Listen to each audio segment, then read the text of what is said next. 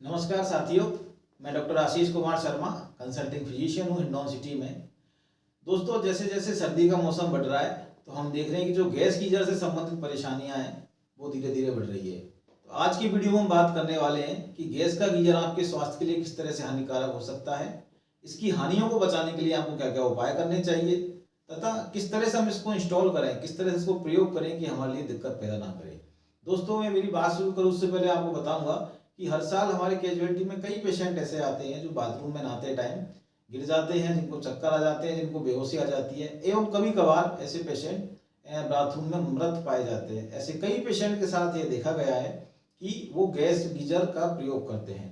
Gas geyser के प्रयोग करने से क्या दिक्कतें होती है, क्यों ऐसे पेशेंट को दिक्कत आती है, इस बारे में दोस्तों आइए बात करते हैं।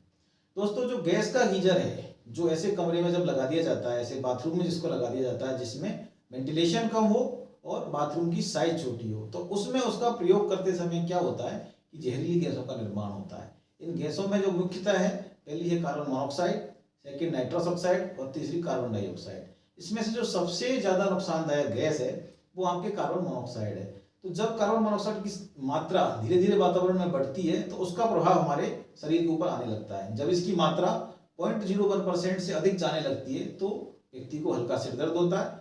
उसके बाद जैसे जैसे मात्रा बढ़ती है तो उसको बेहोशी आना, चक्कर आना, दौरे आना एवं उसको एक अनिर्णय की स्थिति, इंडिसीजन की स्थिति उसके मन में पैदा होती है। कई बार व्यक्ति को मूर्छा आ जाती है, वो बेहोश होकर के आपके बाथरूम में गिरा हुआ मिल जाता है। और जैसे जैसे अगर मात्रा बढ़ती जाती है और लंबे समय के लिए अगर व्यक्ति का एक्सपोजर हो जाता है, सपोज करो अगर उसकी मात्रा कार्बन मोनोऑक्साइड की मात्रा वातावरण में आपकी 0.48% है और ऐसे में अगर व्यक्ति 45 मिनट्स अगर वहां पड़ा रहता है बाथरूम के अंदर तो उसकी मौत होने की संभावना बढ़ जाती है। और अगर यही मात्रा 1.3% बढ़ जाए तो मात्र 15 मिनट के अंदर, मात्र 3 मिनट के अंदर भी उसकी मौत हो सकती है।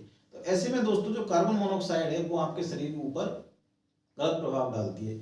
ज्यादातर जो रोगी होते हैं आपके इस तरह के, उनको आप खुली एयर में अगर ले आएंगे, खुली जगह में, तो उनके जो लक्षण है वो समाप्त हो जाते हैं। लेकिन कई पेशेंट्स में ऐसा देखा गया है कि मेमोरी लॉस और साथ साथ में दौरे की संभावना ऐसे रोगियों में परमानेंट देखी गई है। एवं एक और जो बीमारी होती है पार्किंसन, जिसमें हम देखते हैं कि हाथों में ट्रेमर्स आते हैं, उस बीमारी का भी कई पेशेंट में इसके साथ एसोसिएशन देखा गया है।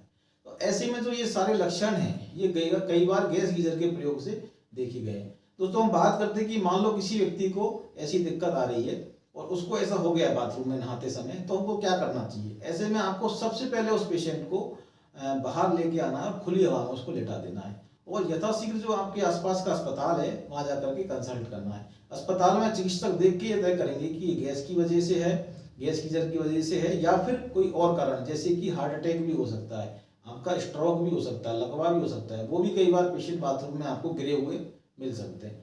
इन सब चीजों का पता करने के बाद ये तय होगा कि ये उसकी वजह से तो नहीं है। अब दोस्तों, जो सबसे इंपॉर्टेंट पार्ट है वीडियो का, उस पर हम बात करते हैं कि गैस के गीजर को किस तरीके से आप प्रयोग में करें कि आपको दिक्कत नहीं आए। सबसे पहले तो जो गैस का गीजर है उसको आप प्रयास करें कि बाथरूम के बजाय बाहर दीवार के पास में सेट कर दें और पानी बाहर से गर्म करके अंदर ले जाएं। दूसरी इंपॉर्टेंट चीज, जो गैस का गीजर है उसको आपको लगातार प्रयोग में नहीं लेना है, क्योंकि लगातार प्रयोग लेने से उसके गैस में बढ़ने की संभावना हो जाती है। तीसरी इंपॉर्टेंट चीज है कि जब भी आपके घर में अगर किसी व्यक्ति को ऐसी दिक्कत आती है गैस के गीजर का प्रयोग करने से, तो तुरंत उसका प्रयोग आप रोक दें।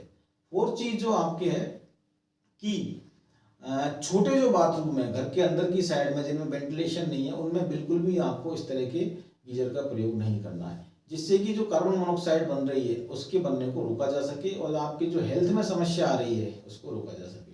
Thank you.